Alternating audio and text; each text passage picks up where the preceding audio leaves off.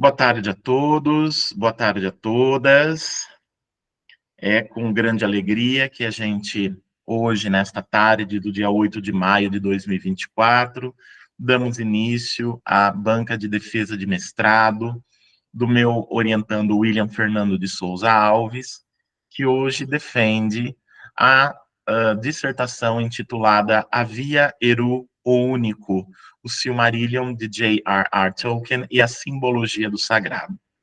Começo agradecendo imensamente, né, aos membros da nossa banca, aos professores Stefano e Karen, que muito gentilmente aceitaram participar dessa banca, né, nesse momento especial aí no trajeto do William, momento ritualístico, momento de passagem, né? Muito obrigado, Stefano, muito obrigado, Karen, e é com muita alegria que temos vocês aqui em mais essa banca, tá? Obrigado também a quem está assistindo, né, aqui nesse momento, a banca do William.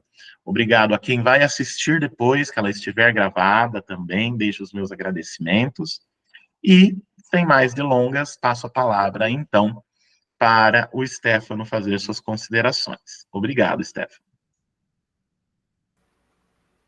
Boa tarde, pessoal. Bom, em primeiro lugar, agradeço a oportunidade de ler mais um trabalho que me agrada e também pela composição da banca. Aí eu fiquei pensando, meu Deus, o que eu vou falar depois da Karen, antes da Karen, né? Fiquei com medo. Falei, vou falar o que eu tenho que falar. William, eu fiz uma dinâmica mais ou menos assim, eu fiz uns comentários gerais, depois eu entrei em alguns probleminhas de língua portuguesa, erros de digitação, são poucas coisas, aí notei também algumas coisinhas de ABNT, e depois eu tenho alguns poucos comentários específicos e umas duas curiosidades que eu gostaria que você me explicasse, tá bom? E aí você pode fazer do jeito que você achar melhor. Se você quiser me interromper e já responder, ou quiser deixar tudo para o final, do jeito que você achar melhor. Tá bom? Bom, em primeiro lugar, o seu trabalho eu gostei de ler porque ele está muito bem escrito. Você consegue concatenar as ideias e trabalha com uma miríade de intersecções mitológicas e do sagrado, e isso ficou muito bom. Eu gostei, você demonstra um conhecimento profundo de religião, das teorias, né? Você vai trazer o Cassirer, o Eliade e várias outras referências. Então, a forma como você organizou as ideias ficou muito bom. Aí, uma dúvida minha, uma questão, é até que ponto você traz uma grande quantidade de referências para mostrar que você conhece as referências e falar, olha, em tal lugar também tem essa relação com o fogo, em tal lugar também tem essa relação. E até que ponto elas são realmente úteis para a discussão que você está fazendo com Tolkien. Ou seja, eu gostei da exposição, você mostra que tem um domínio muito grande dos temas que você trabalha em diferentes manifestações, né, da literatura, da cultura. Mas aí eu fiquei pensando até que ponto algumas delas são realmente relevantes ou você trouxe mais a título de curiosidade.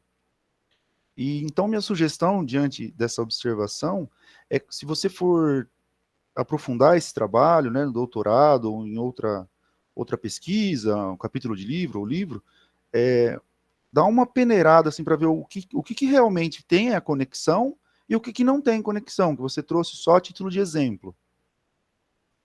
Tá bom? Inclusive, queria deixar registrado uma coisa, que o seu trabalho é um trabalho que eu gostaria de ter feito. Eu gostaria de ter trabalhado isso, e não sei se o Cido te obrigou a ler meus trabalhos, como ele obriga os outros orientandos, mas na minha dissertação tem uma discussão sobre o fogo lá, é claro que embrionária, né? Eu começo a discutir uma coisa ou outra, por causa do Gandalf, mas não aprofundo na questão do fogo. Só tem a questão do fogo destruidor, do fogo luz, E eu não sei se você viu isso lá, não tem nada aprofundado, é só vamos dizer assim, um chamariz, uma ideia. Mas tem um outro texto meu, que também não é uma discussão aprofundada, de 200 páginas, que é Melkor e a Maldição da Subcriação. Eu publiquei nos anais eu não lembro qual foi o seminário de pós, em que no momento em que você vai dizer que ele se impacienta com o vazio e ele queria criar coisas e ele vai e visita o vazio, tudo, né? Você vai falar de caos e cosmos, inclusive você vai usar o Eliade para falar disso, né? A questão da isso não sei, não lembro se você cita, mas a hierofania, o Axis Mundi, tem tudo isso lá nesse meu breve texto, né? E eu achei interessante, é uma conexão com o que você disse no seu trabalho todo. Eu vou entrar nas questões de digitação, e eu fui só nas principais. Depois eu sugiro que você faça uma revisão assim aprofundada, né, completa do seu trabalho. E essas eu trouxe só porque são as mais evidentes, tá? Ah, já que você vai passar para a parte da parte escrita, então já vou responder as questões dessa parte. Tudo bem. Em relação aos exemplos, quais os exemplos são realmente pertinentes, não pertinentes, né, mas quais são a título de curiosidade, quais são a título de basamento para a leitura do terceiro capítulo, eu acho que realmente tem alguns exemplos lá que eles são mais a título de curiosidade, mas o que eu queria fazer, trazendo esse monte de exemplos, é mostrar que esses símbolos, esses elementos que eu trouxe, eles são muito plurivocais. Então, tipo, no terceiro capítulo, eu faço uma exploração muito focalizada. Eu falo, esse símbolo aqui está sendo usado para simplificar isso, aqui aquilo, mas eu não queria que parecesse que esses símbolos são limitados a isso. Então, no segundo capítulo, eu queria trazer bastante coisa para não ficar essa lente muito estreita, sabe? No, no que o símbolo significa. Mas, realmente, se for para ser aprofundado, eu imagino que tenha, sim, que dar uma peneirada, uma sintetizada ali para ficar mais o que realmente tem a ver com o Tolkien. Em relação à discussão do fogo, na sua dissertação sobre o Gandalf, ela foi a base que eu usei para construir o meu segundo capítulo, porque, na verdade, eu escrevi o primeiro capítulo, eu tive um pouco de dificuldade ali, que começou de história, eu fiz um primeiro capítulo que estava um pouco diferente, e aí, quando eu cheguei no segundo capítulo, eu estava meio sem saber como que eu abordaria, e aí eu fui dar uma olhada na sua dissertação, e aí foi meio que eu usei como base para construir ali esse segundo capítulo, para eu saber de onde que eu estava vindo, para onde que eu estava indo. Em relação ao seu texto do Melkor e a subcriação, eu não tinha lido ainda, mas eu anotei aqui e vou dar uma olhada com certeza depois.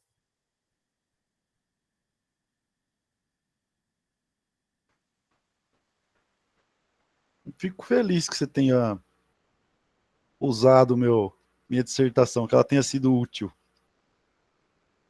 Sobre as questões de língua, William, na primeira página, na capa, está escrito assim: Faculdade, Júlio Mesquita Filho. Faltou o D.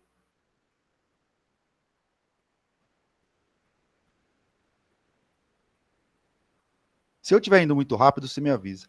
Na página 17, tem um momento que você diz debaixos. Ficou com um S a mais lá. Qual parte? Na citação da página 29, Tolkien 2015. Profundezas da Terra, debaixos. Ah, tá. Beleza. Na página 50, você trocou o U pelo I. Ilívatar? Ilívatar, isso. Esse eu tinha pego quando eu estava relendo para hoje. Na É que o I e o U é um do 66. lado do outro. No teclado vai, a hora que vai, né? Uhum. Na 66, tem também em Tolkien 2015. Na primeira linha tem Nem Cantar a Pássaro, aí saiu um álbum. Ah, tá. É algum, né? Isso. Na 71. 71, eu acho que é por uma questão de tradução na quando você começa aqui, e mesmo que a criação seja, em geral, simultânea, 2003, página 205. Uhum. Saiu um complete e um future. Ah, tá. Beleza. E na mesma página, lá na última linha, movimento que ocorre entre os si. Ah, tá. Era entre si. Na 77, logo no comecinho, a falta do elemento do fogo. Na segunda linha, Uhum. saiu mais poderoso, e aí no caso é o mais poderoso, né? Mais poderoso.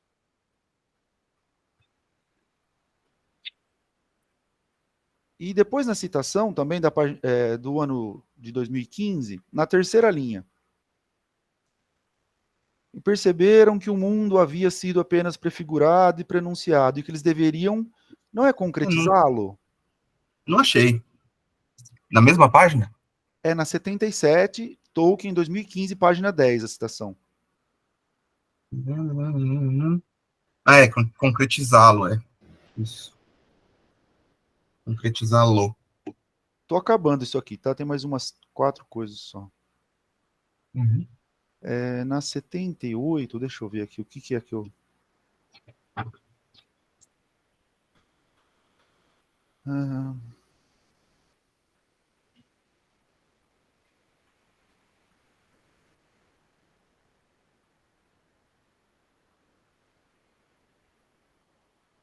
deixa eu ver aqui. É por conta da pressão de Mercury.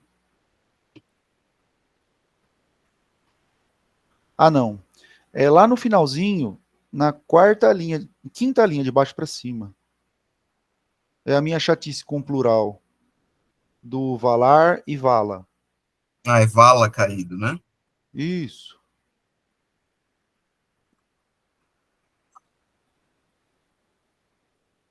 Na 79, entre as duas citações do Tolkien, tem lá, de sua influência, Uhum. contando entre estes até mesmo. Aí eu não consegui entender se você queria dizer um Maia, como Sauron, ou mesmo Maias. Maiar, como Sauron. É, ficou ambíguo, né? Vou escrever um aqui, para ficar mais claro. Maiar, né? É, Na colocar no plural. 80. Na 80, na citação também, só faltou um espaço ali no das muralhas. Ah, achei. Na página 90, você vai citar Gênesis, né? Isso. Na segunda linha tem 900 anos e 10 anos. Uhum. Aqui eu não lembro se tá assim mesmo ou se eu Eu acho errei nessa. que seria interessante se você consultar e tiver assim, e de sicar, para não Colocar SIC? ficar, para não ficar com dúvida, Beleza. porque quem lê fala, ó, acho que ele errou aqui. Uhum. Na 92, na citação do George, 1996. Uhum. Tem 3 questões, tem em lieu de reduzir, Ah, essa parte que também tinha visto. aí depois na linha de baixo tem uma seca, uma fome, Uma seca e uma fome. olha uma fome, É, e medidades, né? isso, Esse aqui eu também tinha pego na hora da releitura. e aí a É que esse última aqui tava coisa, uma, ah, uma formatação horrível na fonte que eu consegui, mas depois eu vou corrigir, sim. e a última questão que eu anotei na página 93, Uhum. no parágrafo que começa, o destino dos filhos de Elendil, Também são muito semelhantes, né? Também seria. Porque ou você fala dos destinos, ou o destino. Uhum. Bom, agora eu vou entrar algumas questões de ABNT, e pouca coisa também. E depois tem as específicas, que são coisas mínimas. Uhum. No seu resumo, você vai colocar o Aino Lindale. Em uma hora ele aparece entre aspas, outra hora ele aparece em itálico. Sim. E aí minha sugestão é ver como que aparece ao longo do trabalho para você padronizar. Ou você vai usar aspas, ou você vai usar itálico, ou como que você vai... Uhum. Qual critério você vai adotar. Tá. O seu sumário também, na página 7, eu não sei se eu que não estou enxergando direito, mas parece que tem um problema de formatação ali, de espaçamento. Uma hora está distante, outra hora está tudo colado. Aqui entre os 2.3, 2.3.1, com uma linha de espaço, né? Na página 9, tem lá o enfoque principal. Uhum. E aí, na terceira linha, formado por 5 partes. Formado é considerada, né? É uma questão de gênero.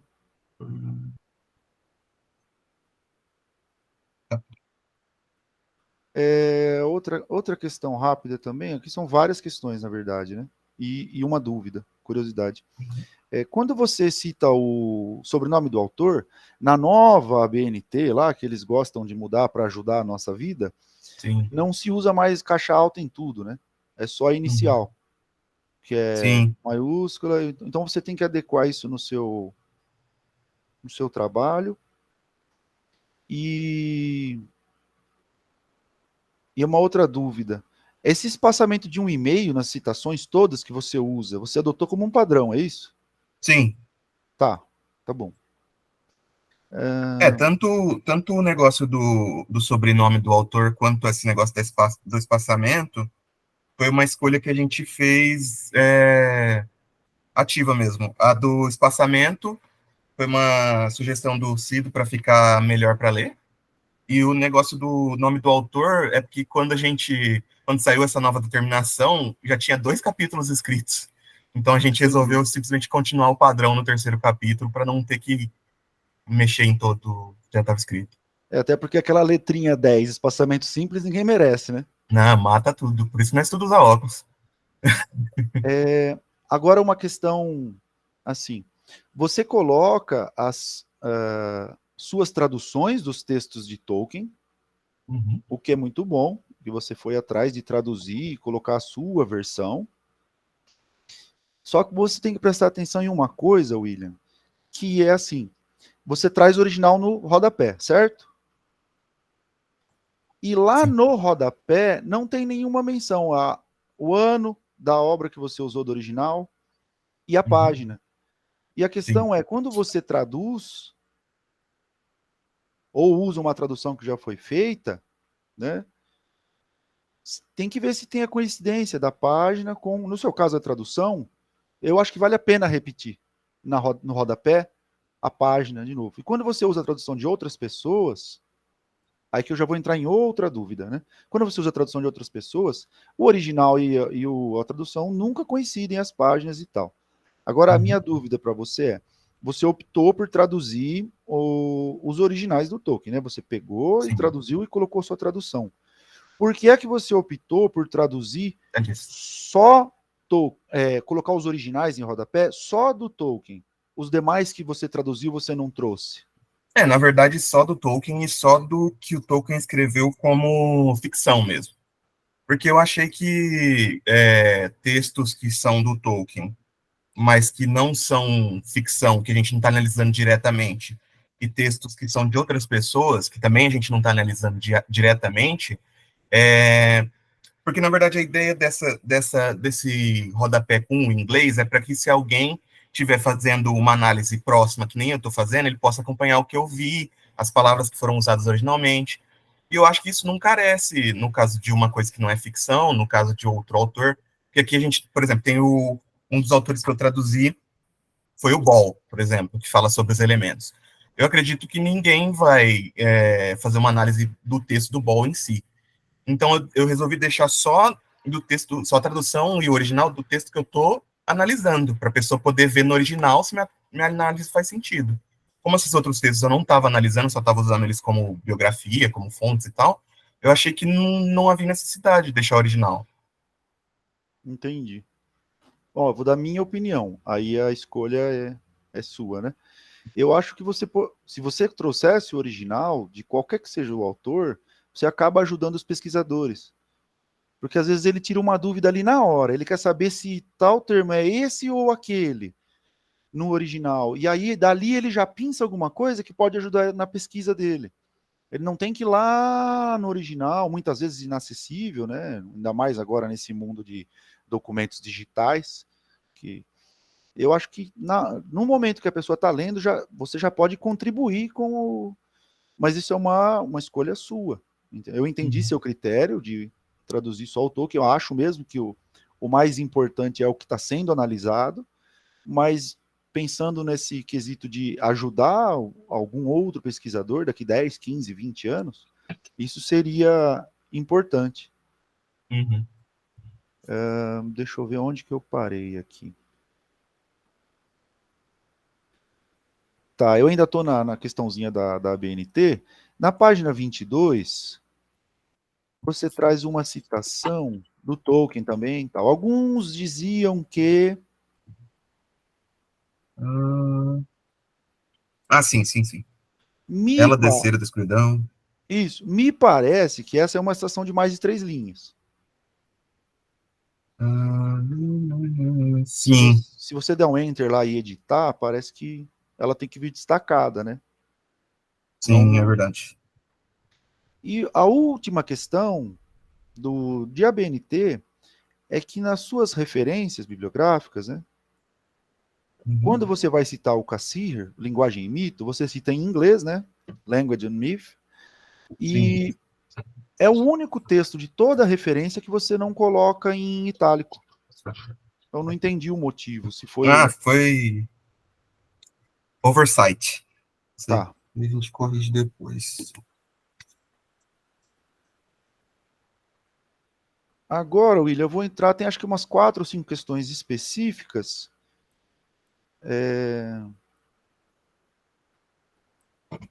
Na página 27, deixa eu encontrar lá, 27. No primeiro não, né? No único parágrafo. Você diz assim que Sauron falha na sua tentativa de dominá-los e acaba por espalhar os anéis de poder. Aí você diz entre os reis homens e anões. E aí eu acho que caberia você colocar os elfos, né? Então, mas entre os elfos não é bem ele que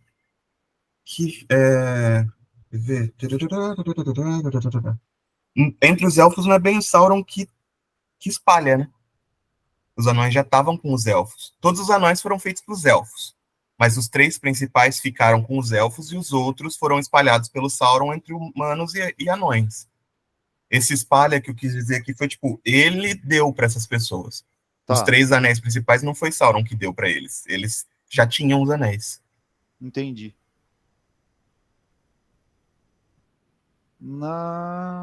Deixa eu ver onde que eu tô aqui. Na página 58.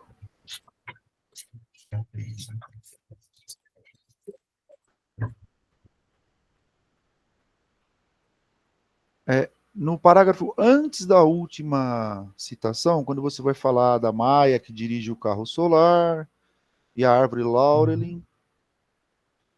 Sim. Tem uma carta do Tolkien, eu tentei lembrar, dei uma fuçada aqui, mas eu não sei qual é a carta.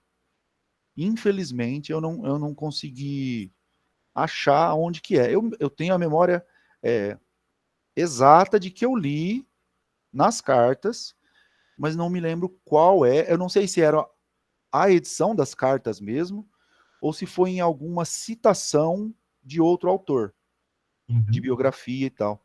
Que o que essa questão do carro, o Tolkien vai dizer que a mitologia dele difere das demais mitologias, porque ela é uma mitologia, vamos dizer assim, decaída, que deu errado. Em qual sentido? No sentido do masculino. Que não foi o sol que surgiu, aquele sol masculino, a força da potência de criação que germina a terra feminina, né? Que é o embrião do crescimento. Não, ele vai dizer não, o mundo decaiu, né? As lamparinas caíram, as árvores foram mortas. Então só depois disso, da catástrofe, é que surgiu a necessidade de ter um sol. Então o sol não é o centro da criação. Ele é o resultado de uma criação que já não vinha dando certo. E esse é o grande diferencial dele, principalmente de criar o sol, né, a figura do fogo, da destruição, vamos dizer assim, também da criação, como feminino, e não como masculino. Porque em 80% das mitologias que você pegar, o sol é masculino. E para Tolkien, não. Para Tolkien é o feminino, o carro do sol. Então, eu acho, não sei se de repente você consegue encontrar isso para uma versão final ou para uma pesquisa futura, mas é uma coisa muito interessante, já que você faz uma análise de comparação também de mitologias e traz muitos exemplos, de mostrar como o Tolkien é inovador nesse sentido. Uhum. De criar uma mitologia em que o sol não é o centro e também não é masculino. Uhum. Ele é feminino e também mostra um mundo em que já por 2 vezes a sua iluminação deu errado. Então surge a necessidade de criar os carros do Sol e Da Lua. e da Lua. E não sei se de repente também, aí você que gosta de mitologia, se vale a pena, nesse sentido de falar do carro do Sol, do carro da Lua, você citar Skoll e Hat, né? A questão dos carros, da mitologia nórdica. Não sei se isso. Se você tem tempo hábil para trazer, mas é uma referência importante também para a obra de Tolkien, né? A outra questão, William, é uma curiosidade mesmo, porque eu li e falei, uai, a página 61, no último parágrafo, antes de começar o item 2.4.5.4. Sim. Você diz lá, né? Não, os hobbits são partidários da cerveja, principalmente ale, enquanto anões bebem mouse beer e hidromel. A minha curiosidade é, de onde você tirou isso? É só isso. Não estou dizendo que tá certo, tá errado. Não é isso. Eu fiquei curioso. De onde é que você. Vou ser sincero. Eu coloquei isso aqui tipo, na primeira vez que eu escrevi isso aqui. E eu vi em algum lugar. Não lembro se era uma carta. E aí, quando eu estava relendo o trabalho para fazer a defesa, eu li isso também e fiquei do mesmo jeito. Eu não lembro de onde veio essa informação. E aí, antes de mandar a versão finalizada, eu vou ver se eu consigo lembrar de onde eu achei. Senão, eu vou deixar só a parte do Mirovor mesmo. Porque eu coloquei aqui e depois eu não lembro. Eu acho que era uma carta, mas eu não lembro. Para ser bem sincero. Eu só perguntei porque eu achei curioso e muito específico. Né? Sim. Ale, mouse beer. E aí eu falei, uai, de onde é que A veio? parte dos hobbits, da parte da cerveja, eu acho que foi em algum lugar da Sociedade do Anel. Mas dos anões eu não lembro. E aí eu até coloquei uma interrogação aqui do lado, mas eu vou procurar. Se eu conseguir achar a fonte que eu usei, eu vou adicionar, talvez numa nota de rodapé. Senão eu vou cortar essa informação, porque eu também não consigo mais referenciar ela. Entendi. A minha última questão, William, para fechar assim toda a leitura que eu fiz, é uma questão assim, nas páginas 83, 84 e 88, você traz uma citação de Tolkien falando de Númenor em comparação com a citação de Platão falando da Atlântida, né? Sim. A questão, assim, a minha sugestão para você, nessas questões específicas, é que você muda de assunto entre uma citação e outra, elas estão emendadas, e aí fica parecendo que o Tolkien ainda está falando da Atlântida, ou que o Platão ainda está falando de Númenor. Só faltou uma frase no meio para você dizer, olha, semelhante ao que acontece com a análise de Platão, Tolkien diz tal coisa sobre Númenor.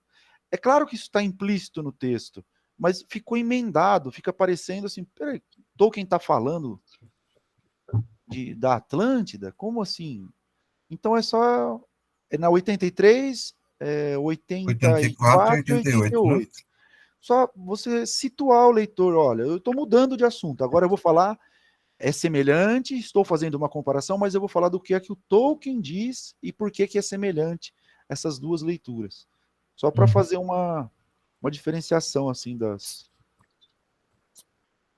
dessas citações. E da minha parte, William, é isso. Parabéns, seu trabalho ficou muito bom. Eu gostei de ler. E muito obrigado. Se você tiver alguma dúvida, quiser falar alguma coisa do que eu disse. Não, acho que foi tudo bem colocado. Eu fiz as anotações aqui já, estou marcando aqui a própria dissertação e depois vou dar uma corrigida. Então tá bom. Muito obrigado. Obrigado eu. Maravilha, obrigado, Stefano. Satisfeito? Então, tá bom. Então, obrigado, Stefano, pelas suas colocações.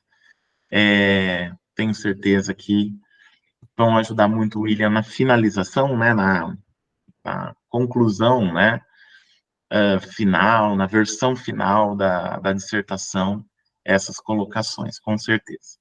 E eu passo imediatamente, então, a palavra para a professora Karen. Obrigado, Karen. Bom, eu quero agradecer o convite, né, que o Cido me fez, agradecer ao William por essa oportunidade. Também é uma delícia rever o Stefano, né? Então, eu realmente quero agradecer essa possibilidade de ter lido o trabalho, estar aqui com vocês e discutir um pouquinho esse seu trabalho de pesquisa, William. Eu acho que, bom, para começar, tudo que o Stefano falou, eu assino embaixo. Acho que você tem um trabalho muito bem feito, muito bem escrito, muito gostoso de ler.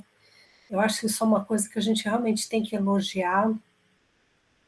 E também pensar assim, seu trabalho vai ficar à disposição online, vai ser consultado por outros pesquisadores. Então, o seu trabalho é um trabalho que as pessoas vão pegar, vão fazer o download e realmente vão ler com prazer. Não é aquele texto que você pega e você luta, né, para página após página caminhar por ele. Né? O seu não, o seu texto é um texto envolvente, e eu acho assim que você teve uma felicidade enorme assim na escolha do tema, no seu recorte específico, na bibliografia que você escolheu, na abordagem teórica específica que você escolheu. Acho que você realmente acertou em cheio e conseguiu um resultado assim realmente muito bom. E uma coisa que o Stefano também levantou, eu, de certa forma, eu vou repetir, né? Eu acho que o seu trabalho, ele é um trabalho de erudição, né? Você tem como foco final, né? Como objetivo final, digamos assim, iluminar, né? Trazer aspectos, né, que iluminem a obra, né, a produção do Tolkien. Então, para chegar nisso, você levanta uma quantidade imensa de informações. Então, realmente, eu concordo com o Stefano. Eu acho que tem coisas assim, você vai construindo, e a gente às vezes se pergunta, puxa, né, será que isso era tão necessário assim para o Tolkien? Mas eu acho que o grande resultado do seu trabalho é que você mostra o quanto Tolkien sabia de todas essas coisas, o quanto Tolkien certamente teve que conhecer, teve que entender, né? E mais do que isso, né? Incorporar para realmente criar essa mitologia dele. Né? E eu acho que o grande resultado disso é que o texto de Tolkien ele é uma mitologia. Ele tem todas as características de uma mitologia. Claro que é ficcional, mas tirando esse pequeno detalhe, né? Então essa integridade desse mito tolkiano é justamente porque o Tolkien conhecia e absorveu elementos das fontes mais variadas, né? Claro que ele tem algumas fontes, digamos assim, prioritárias, né? A própria Bíblia, né? Os mitos germânicos, né? Mas, antes de mais nada, Tolkien foi um grande pesquisador, um grande estudioso, e alguém que realmente, né, estava na condução do seu projeto. Ele não se deixou levar, ele não escorregou, pelo contrário, né? Inclusive, cá entre nós, agora eu vou abrir um parênteses e falar uma coisa minha, né? Quando você diz que o Christopher publicou o Silmarillion e tentou o máximo possível eliminar contradições e distinções, eu acho que isso vai justamente na contramão dos mitos, né? Porque eles circularam na oralidade e de todos os mitos a gente sempre tem versões diferentes, muitas vezes versões contraditórias. Então, se a gente tivesse todos aqueles textos totalmente, entre aspas, crus, né? Sem qualquer tentativa de polimento, a gente teria exatamente uma coisa ainda mais próxima do que os mitos são. Quer dizer, até nisso, né, o material deixado para publicação póstuma, até com isso Tolkien conseguiu se aproximar justamente dos mitos. E o seu trabalho mostra isso. Então, eu queria te dar parabéns por esse levantamento imenso de informações, dados, e pela maneira, né, como o Stefano também disse, né, muito organizada, muito coerente, né, muito lógica, né, você realmente vai passo a passo, né, nessa sua maneira de trazer e apresentar esse material para o seu leitor. Tinha tudo para ser uma coisa pesada, enfadonha, cansativa, e não é. Você faz isso de uma maneira realmente muito interessante. Isso eu queria te dizer. E eu acho que também, numa série de detalhes, eu gostei muito de como você fez isso, né? Por exemplo, você usa a palavra símbolo, e aí, quando chega no lugarzinho certo, você define como você vai usar, né? Quer dizer, você vai se basear em Jung, né? E segundo Jung, a definição é tal. Quando eu cheguei nesse ponto, eu falei, ufa, ótimo, porque a palavra símbolo dentro da teoria literária também é uma palavra, é um termo espinhoso, né? E então realmente foi fundamental você fazer. Então está muito bom mesmo esse modo como você organizou seu material, né? Também gostei muito, assim, na hora de escolher os símbolos, né, aos quais você daria sua prioridade, né? Gostei muito de você escolher a água e o fogo.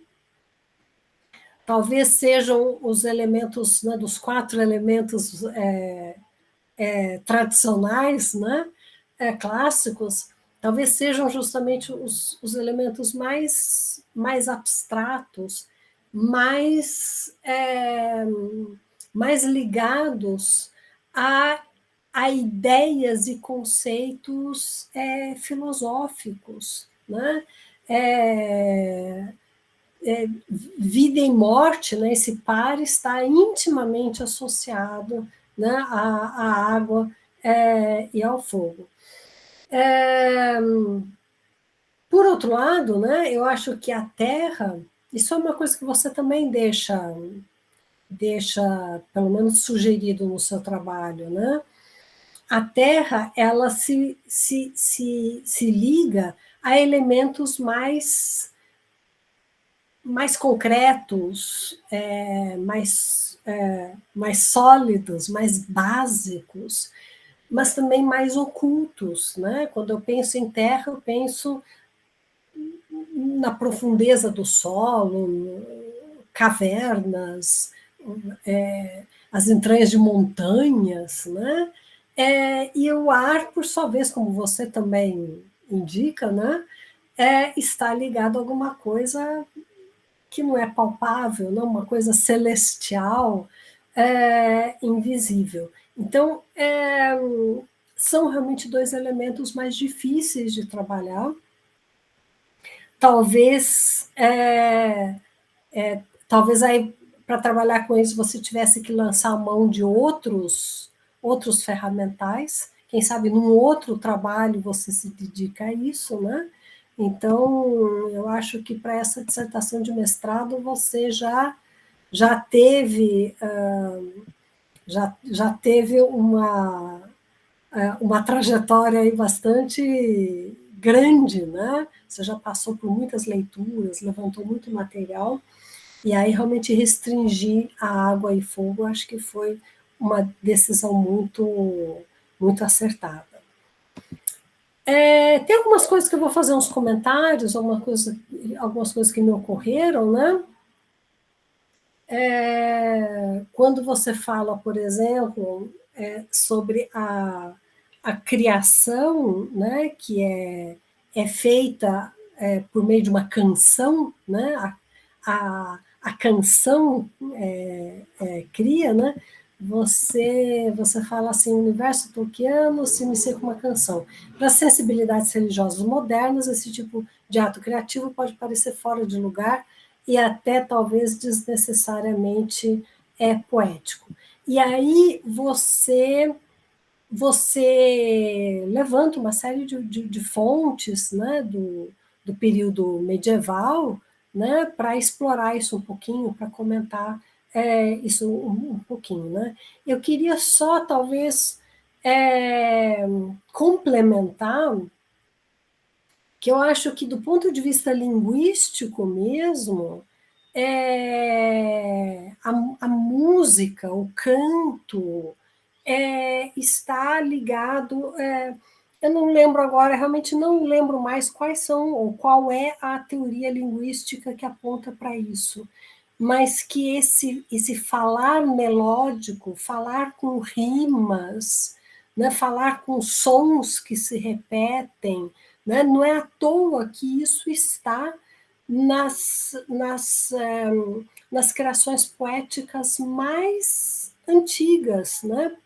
Essas criações elas circularam na oralidade com rimas, com métrica. Então, esse falar melódico, ele né, tudo indica que está mesmo associado aí à origem da humanidade.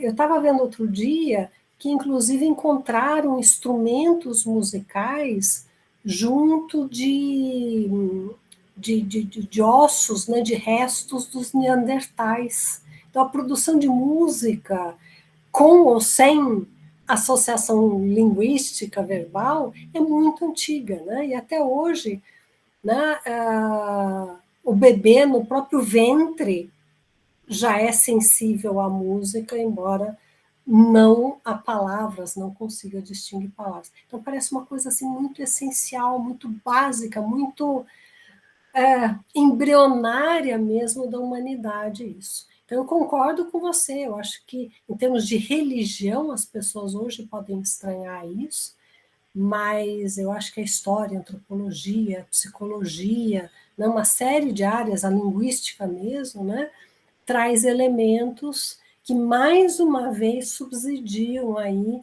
essa escolha do Tolkien.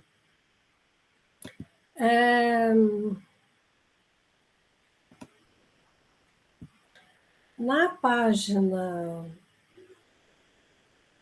Ah, tá, isso aqui... Isso aqui foi uma dúvida que me ocorreu. Lá na página 39, você está falando da água, né? E você vai fazer isso no fogo depois, né? Mas você subdivide, né? Digamos assim, os tipos de águas, ou você escolhe, né? Você fala do rio Estige, você fala do rio Nilo, né? Como é que eu vou dizer? Você classifica certos tipos de água que você vai analisar e depois com fogo a mesma coisa, né? Uma curiosidade que me ocorreu é como você fez essas divisões, né, da água e do fogo. Você se baseou em algum teórico? Enfim, quer dizer, como é que você chegou nessa subdivisão? Em alguns casos, a gente tem grandes... Rio Estige, por exemplo, né? A gente tem elementos extremamente conhecidos, em outros não, né? Então, por isso que me ocorreu essa dúvida, assim, se você agora ou depois, aí fica com você, né? Fica a seu critério para responder. Outra coisa, quando você fala do fogo, isso é a partir lá da página 45, né? Você associa o fogo, quer dizer, na página 45, você associa o fogo ao ato criativo, né? A criação, e ao divino. E aí você dá uns exemplos. E os exemplos que você dão eu estava lendo assim, eu achei que foram exemplos assim que me espantaram um pouquinho, porque são todos exemplos de origem humana. Você fala da lareira, você fala do fogo atirado por uma flecha, então não via relação ali com a criação e com o divino. Então, uma sugestão que eu te faria, né, ou para complementar ou não, enfim, é algo que eu pensei, né? A questão do fogo, que é expelido quando o vulcão entra em erupção, né? Aí é uma coisa assim extremamente grande, né? Uma coisa colossal mesmo, né? E o fogo também que começa pela faísca de um raio caindo.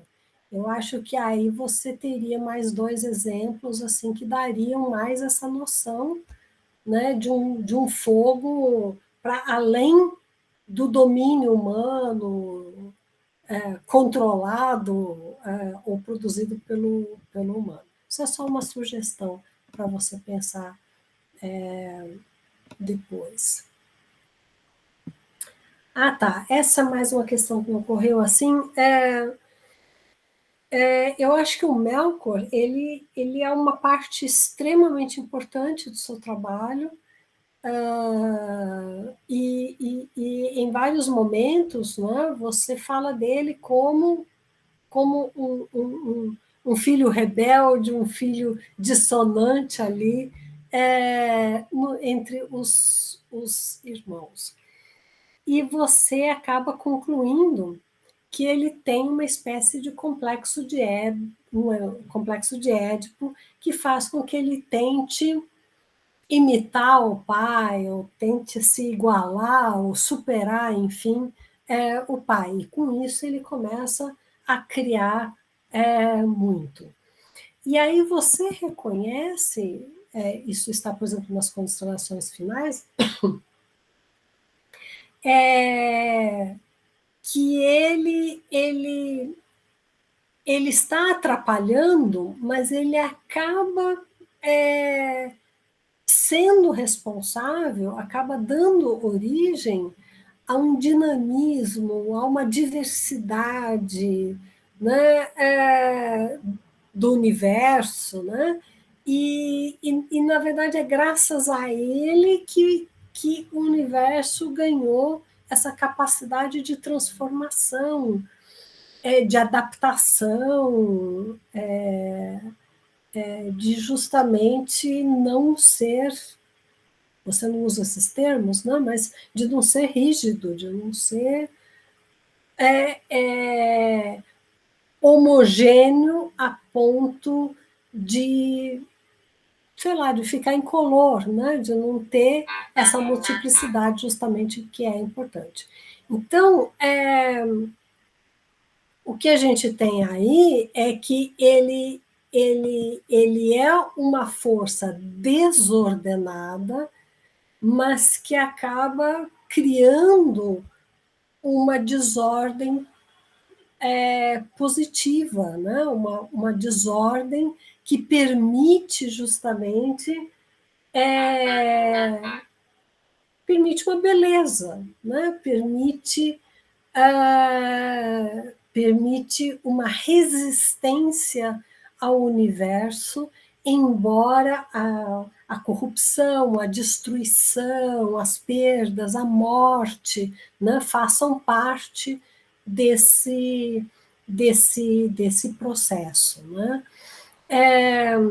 E aí eu lembrei que na página 12 você diz assim: após o fim da canção, temos um aviso por parte da divindade que demonstra a crença tolkiana de que o bem sempre usará o mal para seus desígnios, tornando o positivo mesmo em sua discórdia.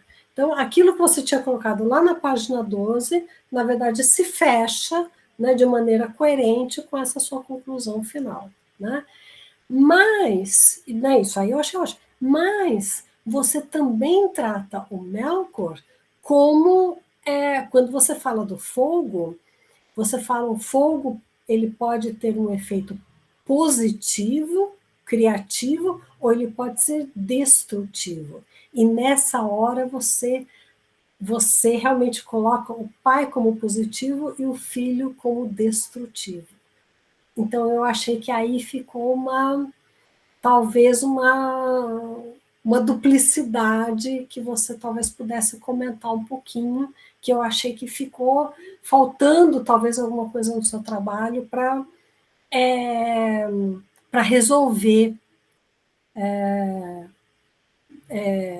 resolver assim, dentro dessa sua leitura, dentro dessa sua proposta de análise. Não é dar a resposta para todas as possíveis questões envolvidas nisso, né? Não é esse o objetivo, né? Mas a sua visão é disso. Né? Deixa eu ver o que mais que eu anotei aqui.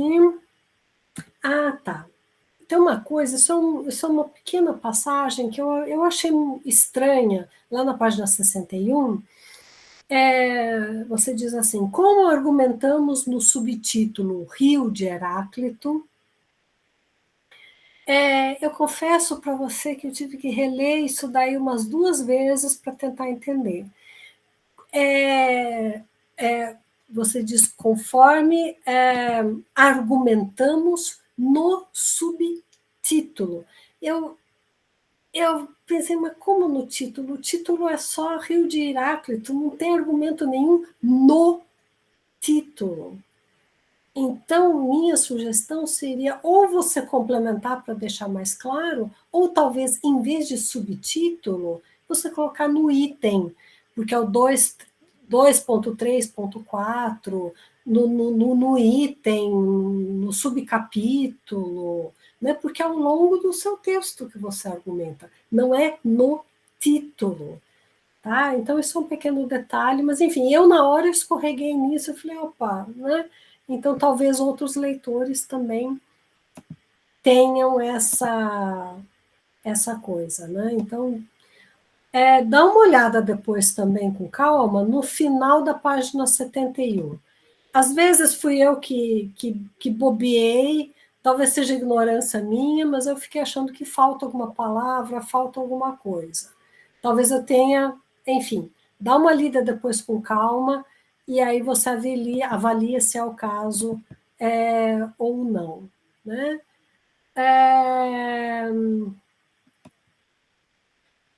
Eu vou colocar aqui no chat uma sugestão de correção para os seus agradecimentos. Aí depois você lê e você vê se é o caso. E lá na página 24 também, eu também vou pôr uma sugestão de correção ali. Aí depois você olha. E para finalizar, eu queria só dizer que eu concordo com o ponto levantado pelo Stefano, né, das traduções, né, dos originais. Eu entendi, viu, William? Eu entendi que para os seus propósitos, colocar todos os originais realmente não é necessário. Mas eu concordo com o Stefano. Às vezes alguém lê o seu trabalho e tem questões que você nem imagina. Então, para a pessoa, pode ser útil, mesmo que não seja Tolkien, sabe? Eu acho que, principalmente assim, se você se você traduziu, se não tem uma tradução publicada no português, o acesso hoje em dia, livro no exterior, assim, está muito caro e é difícil. Então, enfim, eu concordaria com o Stefano, assim, na medida do possível, né, de ter tempo, né, eu colocaria porque pode ajudar, sim, outros pesquisadores. E outra coisa que não tinha me ocorrido, mas que o Stefano falou, eu queria só fazer uma pequena complementação, porque se você fizer uma pesquisa sobre isso, agora ou mais para frente, quem sabe essa minha informação de alguma maneira te ajude. Na língua alemã, sol é feminino e lua é masculino. Eu não sei se Tolkien às vezes ele pegou de algum ancestral em comum, alguma língua ancestral, né? Enfim. Mas, se você um dia precisar, isso é só uma curiosidade, né? Que realmente é uma coisa bem fora do comum. Todo mundo que estuda alemão, quando chega nessa hora, estranha, né? Realmente vai na contramão de muita coisa. Mas é isso, viu, William? Eu gostei muito da leitura do seu trabalho. Eu acho que o seu trabalho vai ser lido por bastante gente, viu? Gente de letras, gente de outras áreas, sabe? Mito, antropologia, história, religião. Você trabalha com arquétipos, né? Pessoal da psicologia também. Então, eu acho que o seu trabalho ele tem tudo assim para contribuir para muitas áreas e não é fácil uma dissertação de mestrado ter esse peso todo, essa substância toda que o seu trabalho tem. Né?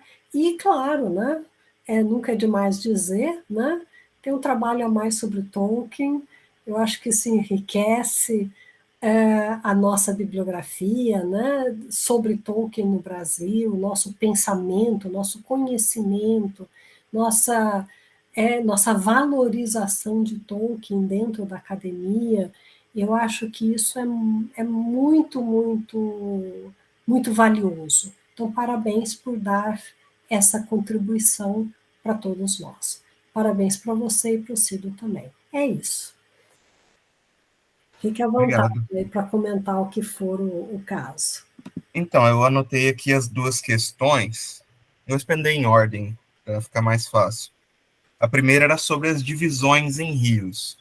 Na verdade, essas divisões, o que aconteceu foi o seguinte: para falar sobre a água e o fogo, eu me baseei muito no Bachelard, porque, né, ele tem um livro para cada elemento, ele puxa coisas de tudo quanto é canto, e conforme eu fui lendo o trabalho do Bachelard, eu fui anotando as diferentes formas que ele abordava aquele elemento. Então, aqui na página 39 mesmo, que a senhora tinha citado, eu coloco o nome que eu inventei, né, Rio Estige, mas essa definição, sua face como limiar sobrenatural, isso foi o que eu fui anotando lendo Bachelard. Então ele aborda a água como face do sobrenatural, como símbolo do natural e assim por diante. Então eu fui fazendo essa lista, e aí como eu achei que talvez simplesmente usar um termo descritivo não fosse tão de fácil citação depois, se eu fosse precisar, que nem a parte que eu cito o rio de Heráclito, eu resolvi dar nomes diferentes. O rio Estige é um given, já era o que tinha que ser mesmo.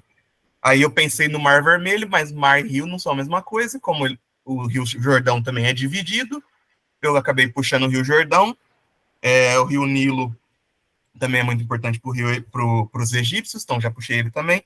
E tem aquela famosa história do Heráclito, que um homem não entra duas vezes no mesmo rio, que o homem muda e o rio muda, então eu já puxei o Heráclito também. Então eu quis fazer essas associações para depois, porque também o próprio Bachelard faz isso, né?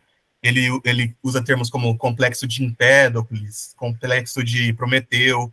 Então eu fui meio nessa vibe assim dele para tentar simplificar uma futura citação. E aí eu fiz a mesma coisa. Na verdade, eu fiz isso com o fogo primeiro, porque eu escrevi a parte do fogo primeiro, e depois, quando eu voltei na água, eu percebi que também seria possível fazer isso, então eu acabei fazendo isso nos dois, que como eles são mais complexos, achei que ia dar uma facilitada na leitura. E aí a segunda questão foi sobre a questão do Melkor. A questão do Melkor, se ele é positivo ou negativo, eu acho que isso... O que eu chego nas considerações finais é em relação ao impacto dele, das ações dele, o impacto final. Porque quando eu estava lendo, eu li o Bachelard, o Meletinsky e tal, e depois eu reli o Silmarillion. Então, quando eu estava relendo o Silmarillion com o foco nesses símbolos, o Melkor já saltou. Então, quando eu estava lendo o Melkor, a primeira coisa que eu lembrei foi a parte do Bachelard, que ele fala que o complexo de Prometeu é um complexo de Édipo intelectual, e a parte do Meletinsky, que ele fala que o complexo de Édipo é um ritual de mudança de geração. Então, isso já, para mim, formou ali o que era necessário na figura do Melkor. Então, o que eu divido assim, se ele é positivo ou negativo, o que eu vejo é o Melkor sendo uma força positiva no longo termo, mas no curto termo ele é negativo. Então, por exemplo, no curto termo, ele mata o pai de Fëanor e tira os elfos de Valinor. Mas no longo termo, ele tirar os elfos de Valinor faz com que os elfos ensinem os humanos e melhorem os humanos para depois eles terem mais conhecimento. Tem todo o negócio da criação de Númenor. Então eu vejo o Melkor como um mal instantâneo com benefícios positivos futuros. Entendeu? Então, pelo menos eu vejo dessa forma como resolver esse contraste entre o Melkor. Ele tenta fazer o mal, mas o mal que ele tenta fazer, no fim, acaba se tornando bom, que é justamente o que o Eru Ilúvatar fala lá na Elendilê, né? Inclusive, o que eu pensei quando eu estava lendo Silmarillion essa vez, depois de ler esses outros autores, é que, na verdade, o Eru age muito pelo Melkor. Porque eu acho que quando o Eru diz que os Ainur podem adentrar Arda, ele vê a relação dos Ainur como com os elfos, da mesma forma que os elfos seriam com os humanos. Então eu não acho que ele queria que os Ainur morassem longe, separados. Eu acho que eles queriam que os Ainur, os elfos e os humanos interagissem muito mais. Então quando o Melkor faz com que os Ainur, com que os elfos voltem de Valinor, ele está agindo meio que em nome de Eru. Ele está fazendo com que os humanos não tenham que aprender tudo sozinho. E que nem quando eu cito o Tale, aquela história que tem no Morgoth's Ring, que fala sobre o acordar dos humanos. De novo, ele interage com os humanos, ele faz um mal momentâneo ali de torturar os humanos, matar os humanos e tal, mas ele é o motivo pelo qual os humanos atravessam a cadeia de montanhas e começam a interagir com os elfos, que é o que vai elevar os humanos mais para frente.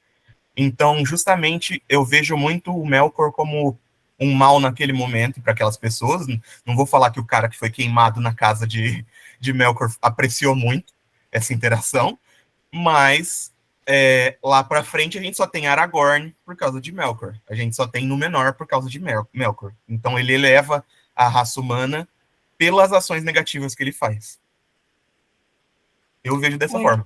É como um fogo que queima uma mata ou queima uma plantação, mas justamente fertiliza o Sim. solo para uma renovação e para outras coisas boas e belas que surgem, né? Exatamente. É uma destruição acompanhada de ressurreição, né? De remodelagem, né? Sim. Na parte sobre a água até falo, né? Tem o processo de catábase e anábase. Eu não sei, eu só li essa palavra, não sei como fala. Mas é um processo de morte e ressurreição. Então, sem o fogo e as marteladas não dá para fazer joias. Então, ele é o fogo e as marteladas. Mas no fundo, isso significa que, em última análise, né, quer dizer, se a gente pensar a longo prazo, o fogo aí em Tolkien, ele sempre vai ter uma possibilidade de ressurgimento, né, né, mesmo havendo destruição, a vida torna, né, as coisas voltam, né? Sim. Então, e existe enfim, eu acho que até... você poderia, talvez, uma linhazinha em algum lugar acrescentar isso, sabe? Eu acho que isso é importante, assim, para complementar essa visão de Tolkien. Sim. Até existe um texto do Tolkien que é inacabado, aquele The New Shadow, em que o culto de Melkor retorna no reino reunificado, lá com o Eldarion, e vai saber. Às vezes, se for essa sombra, podia mais para frente gerar uma república, nunca se sabe.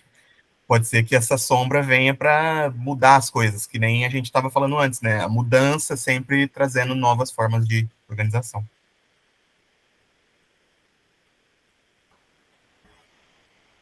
Eu acho que era mais isso. Essas eram as duas questões que eu tinha marcado aqui. Se você quiser perguntar mais alguma coisa, ou o Stefano. Não, tá tudo certo, eu já estou satisfeita. Então, tá bom. Maravilha, então, Karen, muito obrigado.